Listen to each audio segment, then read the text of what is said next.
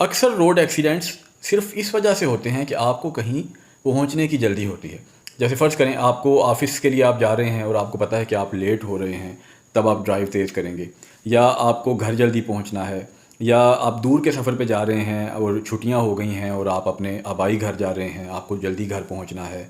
या रास्ता ख़राब है, शाम हो रही है, बारिश आने वाली है, हालात ख़राब हो गए हैं और आप तेज़ ड्राइव करते हुए घर जल्दी पहुंचना चाहते हैं। या रमज़ान के दिन हैं, इफ्तारी का टाइम करीब आ गया है और आप तेज़ ड्राइव कर रहे हैं। या आपके घर से आपको कॉल आ गई है कि आप जल्दी घर पहुँचें और आप जल्दी घर में पहुंचने के लिए तेज़ गाड़ी या तेज़ बाइक चला रहे हैं। तो ये जो घर जल्दी पहुंचने वाला मसला है ना, इसकी वजह से एक्सीडेंट होने के चांसेस बहुत ज़्यादा होते हैं। इवन एयरक्राफ्ट इंडस्ट्री में, रेलवेज़ में, रोड एक्सीडेंट्स में अगर आप डाटा निकाल के देखें तो जो ड्राइवर्स हैं या जो पायलट्स हैं या जो कैप्टन्स हैं, उनको अक्सर घर पहुँचने की जल्दी की वजह से वो कोई ऐसा डिसीजन भी ले लेते हैं कि जिसकी वजह से एक्सीडेंट हो सकते हैं।